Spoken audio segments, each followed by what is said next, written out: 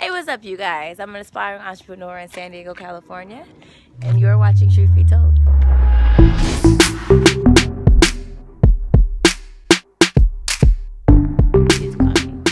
How is someone like yourself who had a 5.0, just about GPA, went to school on scholarship, probably at a time when college was not, the price of education was not as exorbitant as it is right now. Mm-hmm.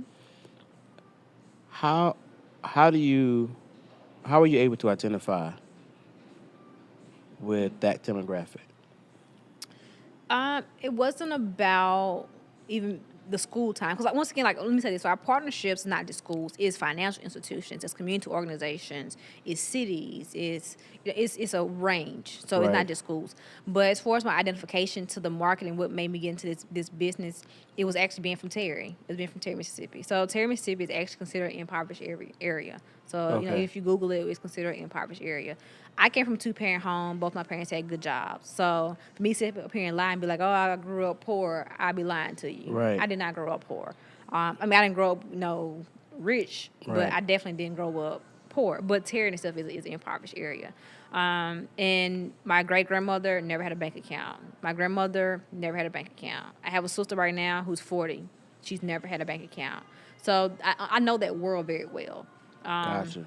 The difference in like me and Russell Simmons, for an example. And I love Russ, by the way. I'm a Russell Simmons fan. But I remember when he started Rush Card, and they kind of asked him what made him start Rush Card. Right. And I think his response to some degree was that he was like in New York and he drove by this check cashing place, like the line was very long or something like that. Like the story sits somewhere in there.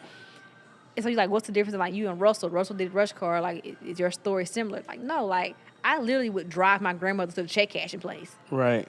You experienced Our it stores are not the firsthand. same. Right. Right. Our stores are nowhere near the same. Right. People in my community cash their check at the local convenience store.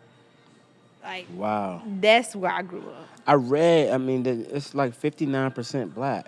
Yes. Terry is. We have one bank, and it's not even a large bank. It's like a little credit union. Wow. So essentially, Terry is a banking desert. So it wasn't one of those things where I feel like most people say, oh my gosh, the financially underserved area or the financial inclusion market itself is a $500 billion industry, and it is. It wasn't about that. It was